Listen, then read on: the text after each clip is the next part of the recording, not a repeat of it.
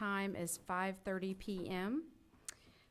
We have the presence of a quorum, and the meeting has been duly called, and notice of the meeting has been posted for the time and manner required by law. We are here tonight to conduct a public hearing for improvement required schools, Briargate Elementary and Ridgemont Elementary. I'll turn it over to you, Dr. Dupree. Thank you, Madam President. As you know, the board has reviewed these reports on at least 2 different agendas, but tonight we're holding the official public hearing for any citizens who wanted to come and perhaps even give a perspective about the plan. So I'm going to ask Dr. Phyllis Hill, our Chief Academic Officer, to present the hearing information this evening. Good evening, Dr. Dupree. Before I begin, we have a public announcement we would like to make concerning any of our audience members who might like a Spanish translation. Para aquellas personas que prefieran traducción al español, tenemos traducción simultánea disponible. Avísenme y les alcanzo un receptor. Gracias.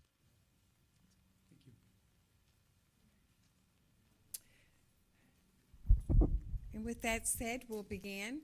As Dr. Dupree said, good evening, and this is the 3rd time you have heard an overview. Tonight we'll go into a little bit more detail, not deep or lengthy, into the process of planning. As we have previously indicated, the improvement plan is called the Texas Accountability Intervention System, and the acronym for that is the TAIS plan. This plan is required for all schools that are improvement required, and the purpose is to help the schools to improve their rating, but most of all, to improve learning for all students. And that is our purpose this evening. We know that we are committed. It is the right thing to do, and all students deserve to go to a school that goes beyond the state's minimum. And that is our goal, to bring all of our schools into accountability. As we think about the framework that the Texas Education Agency provides for training, we think about wraparound services. This is not something that schools do independently or on their own. As a district, we are committed. The state holds us accountable, holds district administrators accountable, district support teams accountable, the board, the superintendent, to help provide the flexibility, the support systems, organizational structure, the teacher quality, all of these systems that help us to provide a quality school system. And if you look at this, so many of these systems are included in what we call our EDGE program, which is what we implemented at both of these schools. We have new leadership, we have new teachers, we have new teaching models, new support systems, and so we have provided these wraparound services, and we thank the board for that bold move. The state also provides that we must have a campus leadership team to do this planning. That leadership team is composed of the principal, the district coordinator for school improvement, a professional service provider that comes from a list of TEA approved experts, teacher leaders from the campus, and teacher leaders in the way of administrators. The professional service provider is someone that we contract with as a district. Our PSP is named Molly Cordeaux. She has extensive experience in helping schools that are in improvement process, and she has worked in a variety of departments helping to improve students' academic performance. As the district coordinator of school improvement, it's my role to also ensure that the district provides full support for these schools, whether that's facilities, personnel, instruction. My job is to act with these principals so that if anything is lacking, they convey that to me and I help move that process or anything that any of us note so that we all work together for improvement. These are the steps in the improvement process. It begins with data analysis. From that data, we determine what the needs of the campus are. We prioritize those needs. We determine what's the root cause, what's the major problem interfering with the academic performance of the students. Then we develop an improvement plan. That's the TAIS plan. We monitor that, we adjust it, and we determine, are we following through on what we say we were going to do? Do we need to make adjustments? There are 4 indexes that schools are assessed on as far as TEA ratings. School districts or states, campuses, must meet the criteria for Index 1 or Index 2 and Indexes 3 and 4. Briargate met Index 4. Ridgemont met Index 2 and Index 4. Index 1 is overall performance, Index 2 is growth. And you can see that Ridgemont did have growth but missed the overall improvement. The number in parentheses is the percent of students meeting the state's minimum of 60% passing the state test. And the target for the state score is over here. The target, for example, is 32. The campus scored in the 31 range. Over here, they exceeded that. After determining what the needs are, SMART goals, we call them SMART because they are specific, measurable, attainable, realistic, and time-driven. They are developed by this leadership team. And that was a challenge for us because we have totally new staff, new teaching models, new principals, a lot of new in these campuses. And with that, we aren't really sure how much can a campus that has all of this new improvement, these new staff members, how much can we grow? What is realistic in 1 year? And so we don't want to stress staff and students out, but we also want to have high expectations. We want to consider students' developmental needs, but at the same time, we want them to be prepared for the next grading period, the next grading level. So we are uncertain about exactly how far can we go, but we are going to do our very best to see that at a minimum, these schools come out of improvement. The components of this TAIS planning process, as I indicated before, are what is the problem statement, the root cause. The problem statement is centered around the data. Then the root cause is what's causing this low-performing data. Then we set the annual goal, that's the SMART goal. Then we determine strategies that will address the goals and quarterly interventions and evidence. Each quarter we report to Texas Education Agency how we are completing these quarterly strategies and advancing toward this annual goal. In addition to that, our professional service provider also submits a quarterly report based on her observations, discussions, and recommendations. This is a rather interesting thing that I have not previously pointed out to the board. I think that Dr. Evans has, but in addition to meeting state accountability, campuses must meet federal accountability. And it is not always the most logical of systems. For example, in order to meet safeguards, campuses must meet the minimum number of students passing the state assessments in reading and math. That minimum percent is 60%. So if you are at a school that is not a Title I school, and it could be a very affluent school, you would meet that safeguard if 60% of your students passed the state's test. The irony is that last year, for all Title I schools, that minimum percent was 87%, and this year for Title I schools, that percent has been raised to 93%. So for the more economically challenged schools, the bar is higher than at the more affluent schools. This is the last year for that. It falls under the Every Student Success Act. As we look at some of the overview and highlights of these plans, we can look at Briargate's Science Improvement Plan. Briargate was in improvement in science because it failed to meet 60% passing rate. We see there that the annual goal is for 45% of the students to pass the STAR, and that the lack of quality Tier 1 instruction that involved real-world applications in science was a root cause. You will see the lack of sound Tier 1 instructional practices over and over in these plans, which is one of the reasons that we now have master teachers and mentor teachers in the EDGE teaching model in both of these schools, so that we have embedded professional development and teachers who are very experienced at every grade level. In reading, you see the same data set. Again, Tier 1 instruction is our focus of our improvement.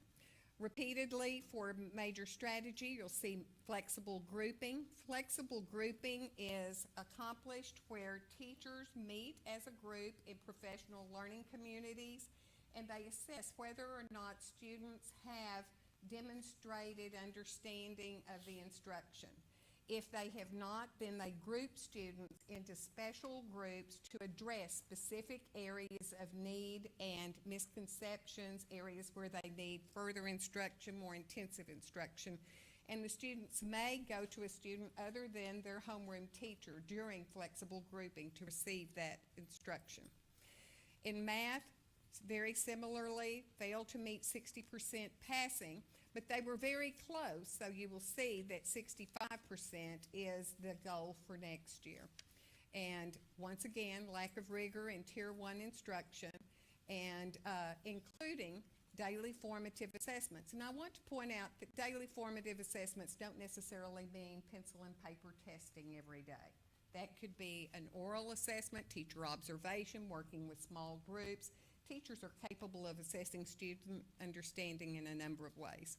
In Ridgemont, very similarly, math, 60% of the students not meeting the state standard, but they were very close, so there we have 72% as a STAR. And that would be in all the groups not meeting that. The root cause, there again, lack of teacher capacity to deliver high-quality Tier 1 math instruction, and flexible grouping again, grades 3 through 5. The reason it says grades 3 through 5 is the TAIS plan only addresses those tested grade levels. That doesn't mean that these strategies are confined to only those grade levels. That is the only grade levels that are included on that plan. Ridgemont reading improvement, same situation, 60% passing was what we needed. The annual goal is 56%. Root cause, there again, Tier 1 instruction, and once again, flexible grouping based on data. Writing, very similar to the same plans that we reviewed previously. As we think about these plans and we prepare for success this year, we want to learn from our past because these schools have been in improvement for 2 years. So what have we learned from the past? We have learned that we needed increased data tracking, not only by teachers, but of students, tracking their own progress, because research shows us that when students are aware of their own progress, they take ownership in their own learning, and there is increased learning. We also want to provide more embedded professional development in the classroom, more observation, more support for first year and new teachers, and we've done that through our master and mentor training. We want to be sure that we are monitoring the implementation of these plans, because a plan is only a set of steps and strategies on a piece of paper if it does not have actions behind it, and these students are depending on us, the adults, to bring about this improvement. So we have a moral obligation to be sure that the plans are implemented, and that if there is a need to adjust them to meet the students' needs, that we are making those adjustments. Another thing that we want to be sure that we do is that we involve parents as partners. And one of the things that I shared with the board at our last meeting was we had one of the campuses, we were having parent conferences and had a number of parent materials out free for the taking to help students. And parents were passing by these materials, but then when they sat down with their children and the children began to go over their data with them in these data binders that students were logging their own progress, the parents then could see how meaningful it is for students to own their own learning, and they wanted to help their students progress because it was very important to the students, very important to the parents, and they could see that these materials would help their child. So as they finished, they were very eager to pick up the materials that they hadn't necessarily noted before. And that's the kind of thing we have to do. We have to make parent support relative, and we have to provide them with the education and support. And that is probably one of the areas where we have the most opportunity to grow, quite frankly, but we're committed to do that. And that completes my public hearing, and I thank you for your attention this evening. Thank you, Dr. Hill. We appreciate your presentation. Do we have questions or comments from the trustees? Mr. Rice? Yes. Thank you, Dr. Hill. I do have a question. You said that we have to hire a professional service provider, and these professional service providers are rated by the Texas Education Agency? Yes, sir. They give us a list of approved professional service providers that they have trained, and we have to contract with one of the individuals from that list as a consultant to work with our schools. How often are they in the district? How often are they in the schools? School districts can determine that. On an average, they are at our schools a minimum of once a month. Typically, it's once every 2 weeks, and it really depends on what the needs are. I've been seeing hours about once every 2 to 3 weeks. And who do When we they were report? planning, it was more often. Is their job to come in and observe teaching and instruction and then give a report to you? They come in and they may observe teaching and instruction. They may provide some training for the leadership team. They may look at a specific part of the plan that for implementation and check just a specific content area or grade level, and then meet with the principal. And they provide a quarterly report both to Texas Education Agency and to us. Yes, sir. And how much do they cost? I don't know that, sir. I would have to look that up. Okay. Then one other I comment. know that it varies depending on how often you have them come. Well, I would like to know that because that's the Okay. cost associated with moving these campuses out of IR. Yes, sir. And I would like to know that, and I would like to be able to explain to our state legislators that when we get reduced funding, then we have reduced funding to meet the needs of all of the children in some of these schools.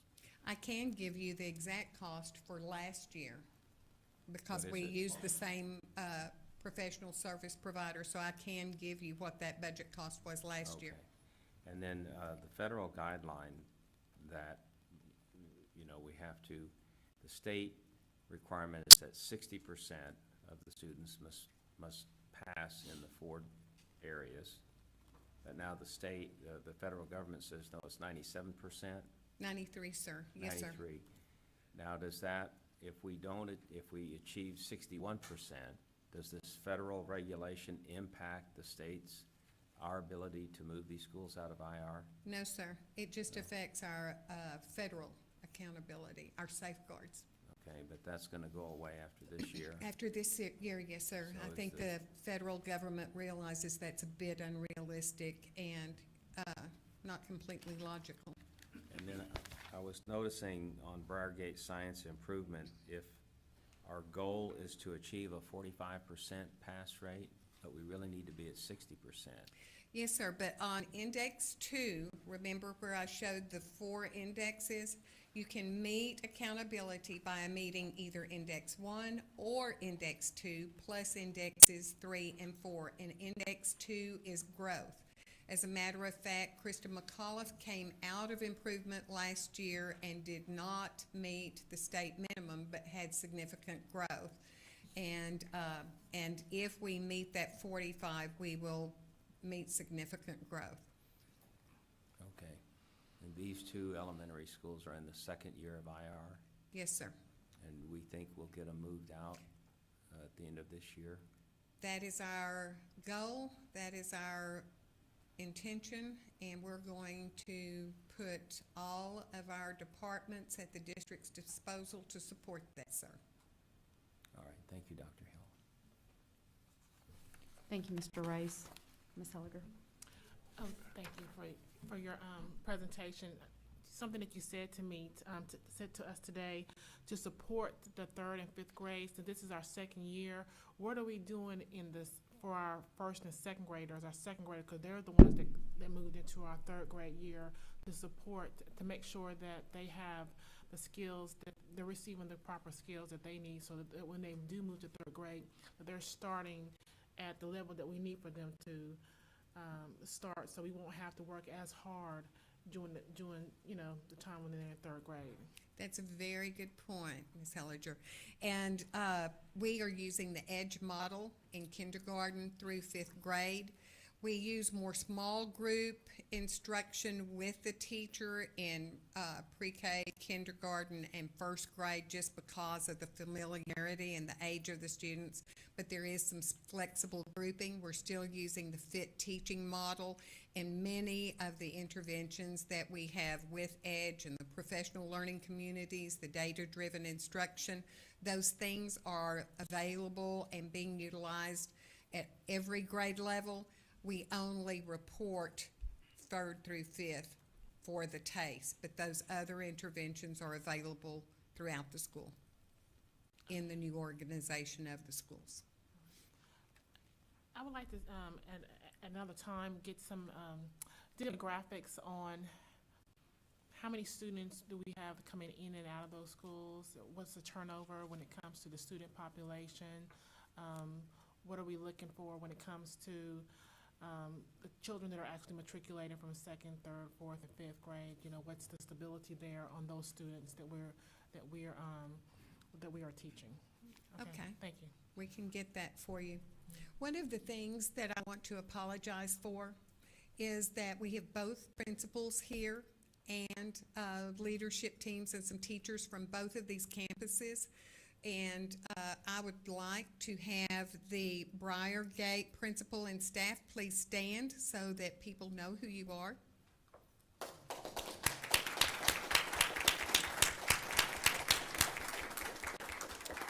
And Ridgemont, if you would please stand so that they know who you are. And I can say then I would like to compliment these fine professionals. As we have planned for the improvement of these campuses, they were coming into a new situation also, and an urgent need for improvement in meeting students' needs. And I have seen such professionalism, many long hours, and such dedication. And many of you have visited their schools. And if you've not had an opportunity to do that, I would encourage you. There is an excitement, an energy, and a culture that is built around success that I think would make you very proud. And as I said, we aren't sure. We've never done a complete turn around of staff and leadership and instructional models and support like this before. And we don't know what the possibilities are, but we're going to push it as far as we can. That is developmentally, appropriate and possible, because we want our students in all of our schools to be successful, and that is the heart of these professionals to my right. I'm very proud of them. Thank you, Dr. Hill. I can vouch for that, having visited both schools. And we do want to, as a board, and I know we've said this before, we want to thank you guys for going in and for the hard work that you put in. And thank you for being here this evening as well. Do we have additional questions or comments from the board members? Ms. James. Well, I'll just echo what you said, Mrs. Tossan. We appreciate all of you and your commitment to this effort. And I really do sense a sense of urgency and a sense of commitment, and that's what it takes to implement change. And so I appreciate that, and I appreciate all the leadership that's helped to make that happen in our district. And I appreciated, Mr. Rice, your comments about, from an advocacy standpoint, how do we help our state to understand where we need help and where we need support as a district? I think that's a different approach than sometimes we feel the finger pointing at us. You're doing something wrong, and do this and do that and jump here and jump that, and we're trying to react to that. We have a different way of going about this now because of the EDGE program. We've been really innovative about what we want to do, and so I think we're in a different position to advocate in a different way for these schools, but also for all of our schools in a way to say, this is what we're trying to do. This is how we're trying to change things. And please look at that and try to support us. And these are some ways to support us. So I appreciate that perspective, and thank you for that. One other comment that's maybe a question that will be answered, but did you say at some point that you're going to be reporting back to us about progress and how our different strategies are working and things like that? Yes, ma'am. We will be giving you periodic reports, and we will, as a matter of fact, I met briefly today with Dr. Faust and Ms. Sayavedra. We will be pulling district teams together at each quarter to determine what additional needs, what different responses are needed to support not just these two campuses, but also Christa McAuliffe, as it is in its first year out of improvement required, because we want to be sure that we continue to work as a school system of support. Excellent. Thank you very much, Dr. Hill. Thank you, Mrs. James. Okay, if we don't have further board comment or questions, it is now time to see if we have any public comment specifically on the school improvement plans for Briargate Elementary and Ridgemont Elementary. Do we have any public comment on these plans? Okay. Thank you very much, Dr. Hill. We appreciate your presentation. Thank you. Can I get a motion to adjourn? Motion to adjourn. Second. We stand adjourned for 3 minutes.